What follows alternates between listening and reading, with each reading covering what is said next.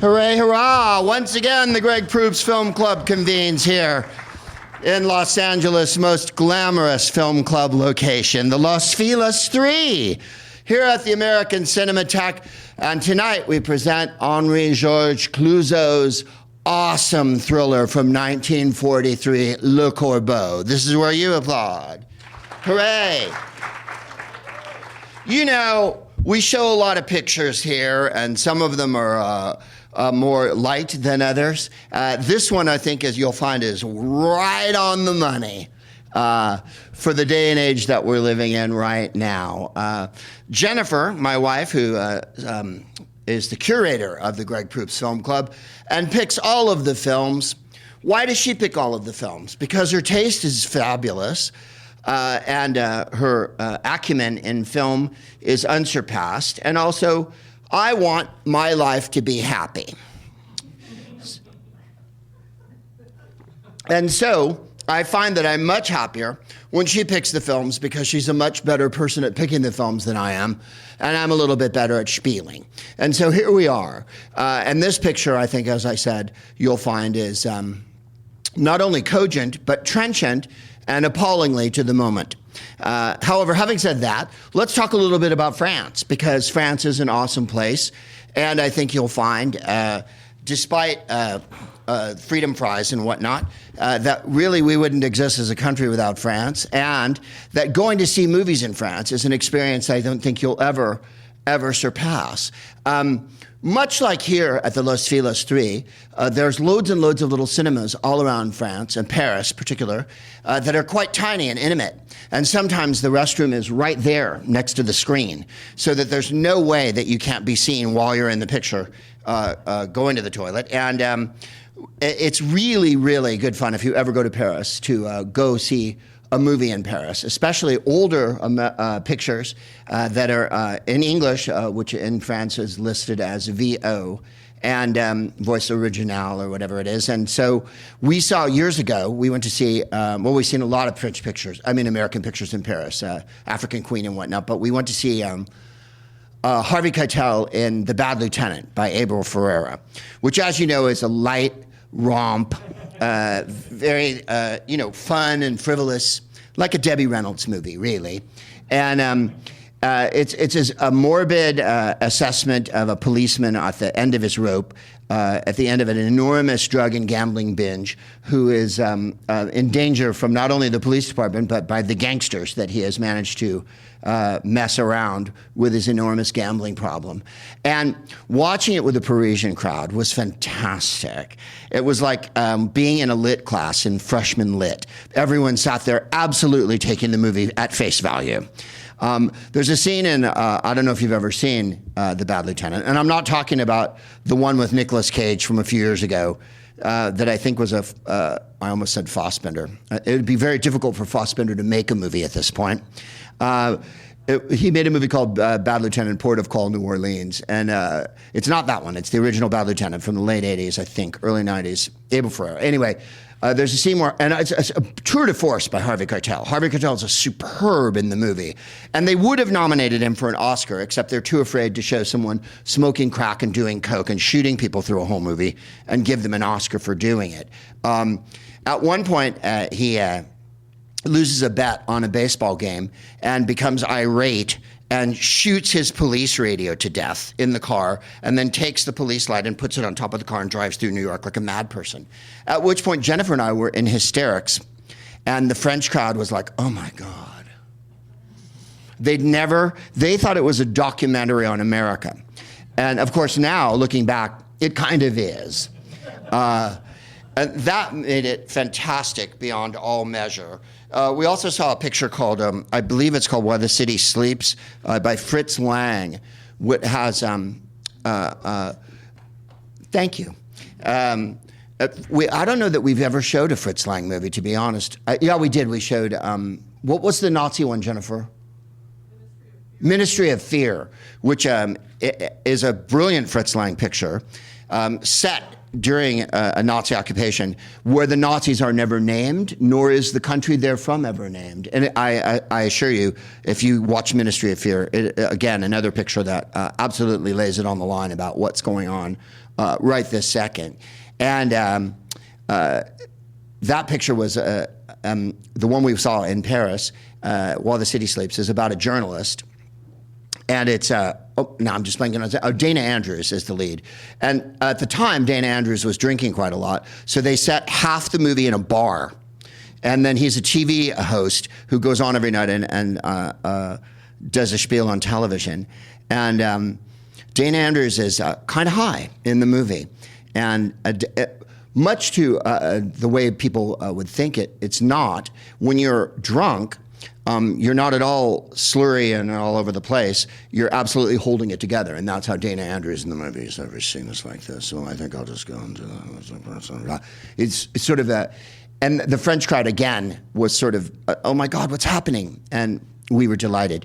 Having said that, nothing is more over-intellectualizing than a French crowd. We saw Die Hard with a Vengeance in a giant movie theater, yes. The Bruce Willis, Samuel Jackson, awesome John McTiernan, the felon John McTiernan epic, which starts with a bombing in a department store, if you recall, and then it carries on having lots of bombs through the movie. And Jeremy Irons plays a German in it, speaking of Oscars. And yet no one gives Jeremy Irons an Oscar for going, yes, that's right, you've got his number. Ha, ha, ha, ha, ha. He's supposed to play Alan Rickman's brother from the first Die Hard movie, in the second Die Hard movie. Or is it the third? It's the third Die Hard movie.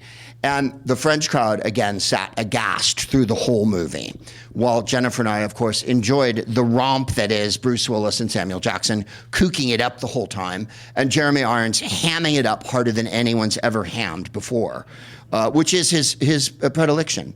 What's the one, there's an Allende novel, they're supposed to be in Argentina, is it in the... Yeah, House of the Spirits.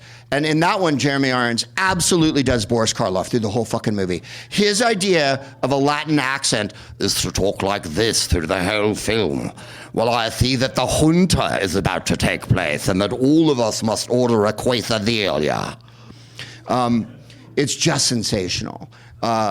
What has that got to do with this movie? Well, the fact that I'm talking about seeing movies in France, and it's really something that you should do. If you ever get a chance to go to France, take an hour and a half out and go to a little cinema there, or go to one of the giant cinemas and see a giant American schlockbuster with a French crowd, because they're used to it, they know what we're doing, and at the same time, they can't help but be judgmental because they're French. One time we were in Italy, and Jennifer and I were driving along, and there was a car broken down on the side of the road, and they had Vermont plates. So we said to each other, let's just stop and see if they need any help. There was another car there, stopped, and the car was full of French people. And the French people had stopped to help the car, and it turned out to be a couple from America who lived in Italy. And that's who had the Vermont plates. They had brought their car over. And the French people weren't helping them at all. They were rather discussing the situation. So we said, can we give you a lift? And they said, yeah, we'll come back and get our car tomorrow. And the French people still hadn't left. The French people were still discussing what we were doing to help them, as opposed to actually helping them. And I think that's France in a nutshell. They would rather have a discussion than fuck, if you know what I'm saying. You can watch their television shows till the end of time, and it's literally, in the old days especially, it was people smoking on television, just talking about things all the time, and really never getting to the point, because that's not the point. The point is to discuss everything. Whereas here, of course, we pretty much shoot first and ask questions later. So about this film, Henri-Georges Clouzot was a writer and very much an editor. And I think you'll find that the editing in this movie clips right along. Now, when he was working, he lived in Germany at the beginning of his career. And when he was too friendly with Jews, it kind of stalled his career out a little bit.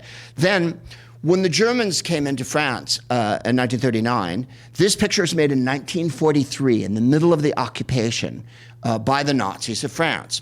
So let's call it, I don't know, April of next year. And thank you. the company that funded this picture was a company called Continental Films, and it was a German company. A German man had come into France, a company, and was financing French films so the French could make films during the war. And the German who ran Continental Films was really keen on French movies.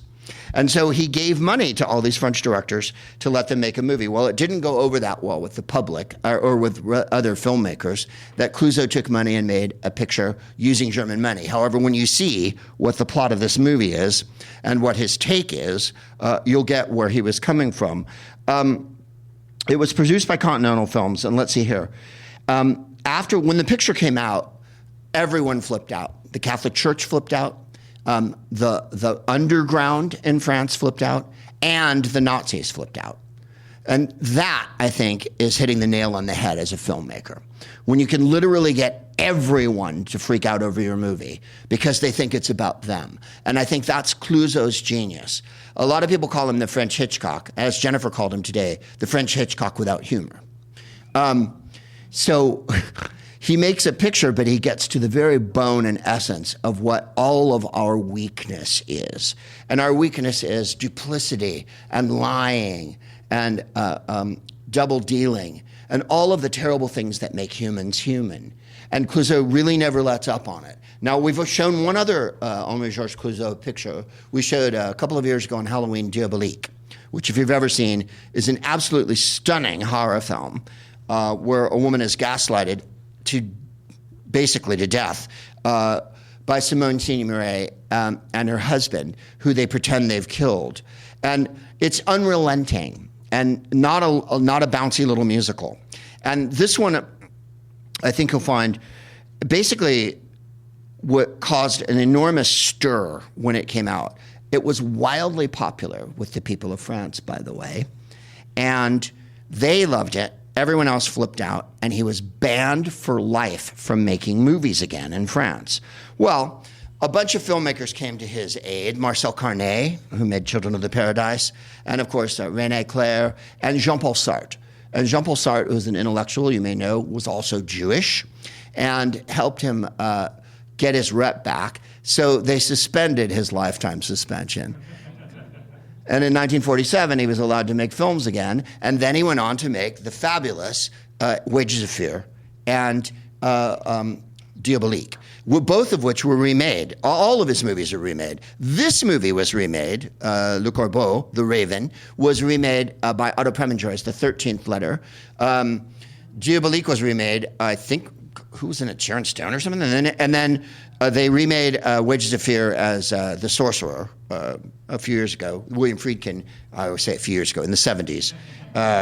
They remade Wages of Fear. None of them are as good as the original, of course, because Clouzot has that fantastic claustrophobia that he brings to everything and the unbelievable, unflagging, gimlet-eyed insight that he has into the human condition.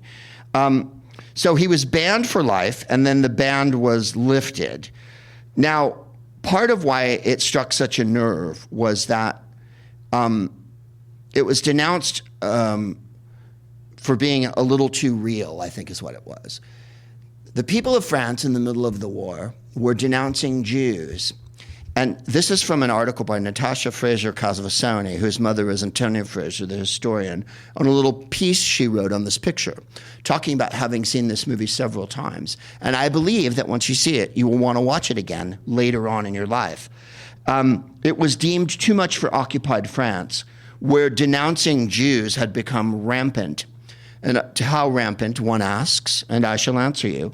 To give an idea, there were 3 times the number of letters denouncing Jews than there were Jews. So, there we are. Now, for instance, we see what's going on in our country right now, and not to hammer the point home too hard, we showed the producers for our last movie here, and I'd like to reiterate something that I said when we showed the producers, which was, every act of joy is an act against fascism. Coming together to watch a film about people denouncing one another in a village during the Nazi occupation is also an act of joy and an act of liberation. You cannot let them beat you down and browbeat you every day with their stupidity and their ignorance and their, let's just put it the nail on the head, their classlessness. There is no savoir-faire. There is no intellect. There's nothing stimulating about Nazism, fascism, anti-Semitism, homophobia, and sexism. Nothing at all. And that's where it fails. It fails, one, morally, obviously, but two, artistically. There's not any great Nazi art because there's no point in making any Nazi art. They make it and it's there and you're bored fuckless by it. Much like listening to Stephen Miller talk or Orange 47 talk or Carolyn Levitt or any of these knuckleheads that are in there, or Pete Hesketh when he's sober enough to fucking ruin the country. All of them have nothing to say because they have nothing informing what they say other than the absolute vile, horrible, chunky briquette that is their heart, right? Informing everything they say. They don't have real feelings because real feelings require emotions and the ability to have empathy and humanity. And Clouzot, for all of his failings, and he was a mean director on the set, he tormented the actors, and off the set, not at all. There's a story, he made a picture with Brigitte Bardot in the 60s, and he slapped her when they were filming, and Brigitte Bardot fucking slapped him back. And after that, evidently, he was quite nice on the set. So like Hitchcock, I don't know that he thought a lot about the actors. On the other hand, you'll see the performances he gets out of people and the absolute specificity with which he enacts his art. My point is, there's nothing to be learned from right-wingers, and there's nothing to be learned from Nazis or fascists in any way, other than you don't want to be them.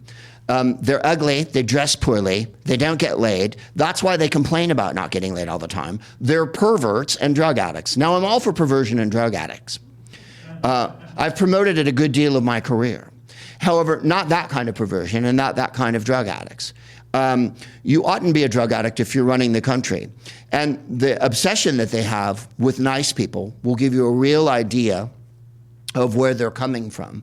The fact that this group is so mad at that Vice President Harris, President Biden, and President Obama will give you a real idea of where they lie morally. Because we haven't had politicians in the White House as moral as them in our lifetimes. I assure you of that. I'm quite old and I know from whence I speak. I was a little child during JFK and Lyndon Baines Johnson, and then I was a tween during the Nixon years. And I guarantee you that Vice President Harris, President Biden, and President Obama were literally everything they say they were. Did they have to do things that were horrible? Yes, every president does. When you're president, there are people who are going to die. But your aim as president is to mitigate that, not exacerbate it by taking away vaccines or cutting off aid to foreign countries or starting wars with different people or going to the UN and acting like a lunatic or whatever. All of those things are, at the very least, unprofessional. And of course, what they really are is looking to destroy all of our lives and everything that we've ever fought for in this country. The fact that people were beaten and weren't able to vote, and that they were able to go to the polling place anyway, and the fact that women and black people and Asian people and American Indians and everyone have given everything they could to make our democracy better, and that they would come in and think they could just knock it down like it's, as Matthew Broderick says in the movie Glory, you think you're going to withhold things because you think it's funny. Well, it's not funny, and they're not going to do it, and we are going to win, and they are going to lose because they haven't any direction whatsoever other than evil. And evil's not a direction. It's just something that people who run movie studios embrace. So, yeah.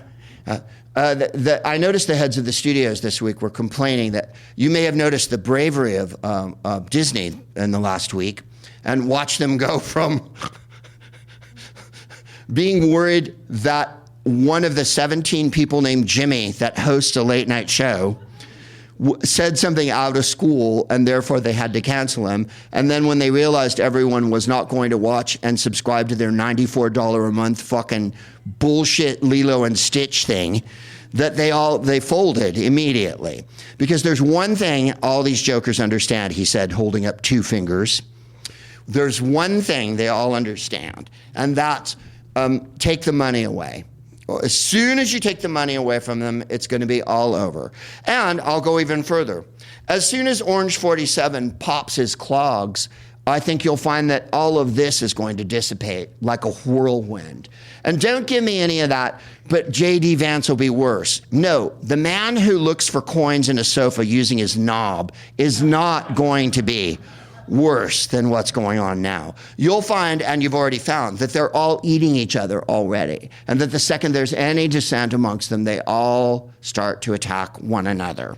And so I leave you with a message of hope, which is that art is always important. However hard it is to fucking laugh, however hard it is to be creative, however hard it is to sit down and write or whatever, you still have to do it. I think of all the people who were artists during World War I, or the 30s, or the 40s, or my own parents, who I didn't particularly like.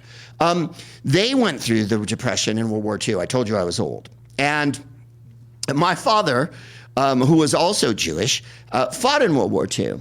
And the FBI came to their house in Brooklyn because he had to be cleared because our family was so fucking German, right? The name is Proops, okay? What can I do? It was festooned upon me. I didn't pick it. People actually say to me things like, did you change your name? Yeah, it was Carson, but that was so ethnic. I wanted a name that sounded like shit and one that I would be sure to be made fun of every day of my life as a child. No one chooses the fucking name Proops, okay? Why didn't you change it? Fuck you, that's why. You anti-Semitic piece of shit. So they came to my grandparents' house in Brooklyn on Bay Park Way. The FBI came to interview them because my family spoke Yiddish, which is almost all German, as you know, and some Russian and Slav and whatnot. And they all spoke German as well. And they had to be cleared just so he could be in the Coast Guard in World War II. So when I see people going, Zionism's the worst thing that ever happened in the world, you may want to rethink that a little bit. And the other thing you might want to do is open a book and read it, particularly books about history, because I think you'll find that you need a little more perspective than that. And that the kind of thing that you're fed on the interweb and on your magic box here isn't vetted and fact-checked as strenuously as it might be. But why should we believe you, Greg? Because I have no ulterior motive.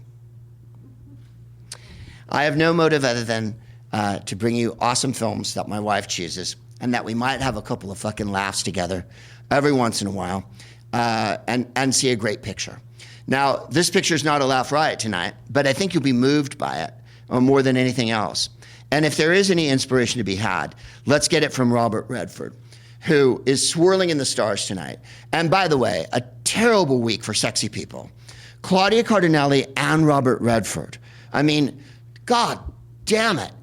I think of what the horrible fascist Kennesaw Mountain Landis, who was commissioner of baseball in the 20s, said, why did God have to take a thoroughbred when there are so many down here we could spare?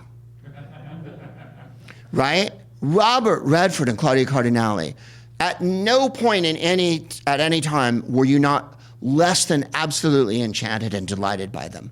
They're so sexy, they're so funny, they're so offhand, and both, by the way, screaming do-gooder liberals who helped other people their whole lives. And that gives you tonight's lesson, which is, if you're Robert Redford and you swirl off into the stars, he's beloved. No one has said a word about Robert Redford that was an absolute ladling on praise onto him. And Claudia Cardinale the same way. She was vivacious, sexy. She spoke a bunch of languages. She was a feminist. She fought for abortion. She fought for women's rights. Robert Redford helped other artists in the cinema, in the theater, in the theater as well as starting the most famous independent film conflagration that was ever put together, confabulation, and eventually a conflagration, Sundance. And so how can you say anything bad about them? They were in show business, which by its in it of itself isn't evil, but evil can come of its ways, as they say in Beyond the Valley of the Dolls. And they didn't let that happen. They delighted us with the air that they went through. And yes, they had to live through fascism and the 60s and all the turmoil and Suris and Michigas of the 60s and 70s. And by the way, it was shitty then too, you guys. If you're young and you're like, oh my God, it's never been this bad. It's been this bad.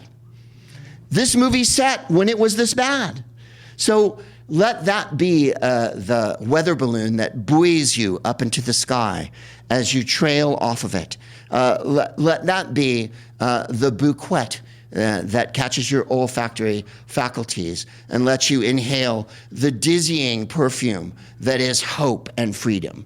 Because it has been this bad a million times, and it will be this bad a million times again. This is Earth, and it's full of fucking people.